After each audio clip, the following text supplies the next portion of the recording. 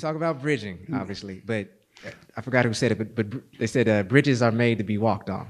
Bell hooks. There you go.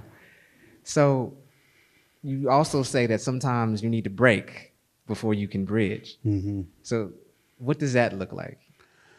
Yeah, well, I mean, I think, to me, it lives in the space that bridging requires.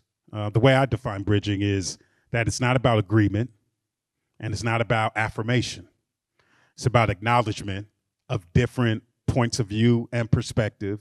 And as irrational as some perspectives and points of view can be, they are held by people, right? And, people tell me all the time, I can't believe you sit at the table with this person as irrational as they are. And particularly when Christians say this to me, I say, you believe a dead person came back to life. I mean, that's pretty irrational. So, I mean, if you can believe a dead Palestinian Jew came back from the dead and floated up into the clouds, I think you can believe some pretty irrational things. That's not a very rational thought. I'm not trying to be harmful to anybody. I'm also leaning to these irrational ideas, right? So the invitation is to say that bridging is about us holding it and recognizing you have this point of view. And what I want to figure out is how do we bring all of your perspective, all of mine, as much as we can, identify where we can't move forward, but also identify where we can. And there's moments where we're going to recognize in that effort to bridge, you and I cannot go forward. We're going to have to break because we can't move forward. My invitation, though, when we can't move forward, is to at least have a commitment. And this is where I'm lifting up this idea of a new social contract, which is what I think we need in society. What is our social contract that says what happens when we can't bridge? How do we get committed to a new social contract where violence and genocide is off the table when we actually can't be in relationship with one another and bridge across our difference?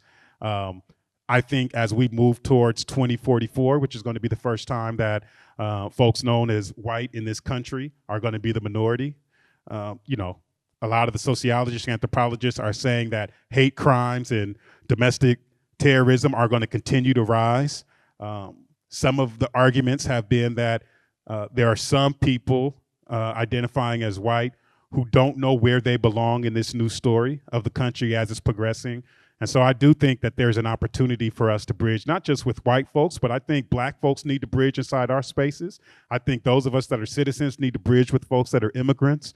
I think men need to be doing more bridging work with women and our LGBTQ plus relatives. I think there's a lot of bridging work that needs to happen because we're not living in that easy black and white world of the 1950s. We're living in a very different pluralistic world, and I think we've got to find ways to bridge.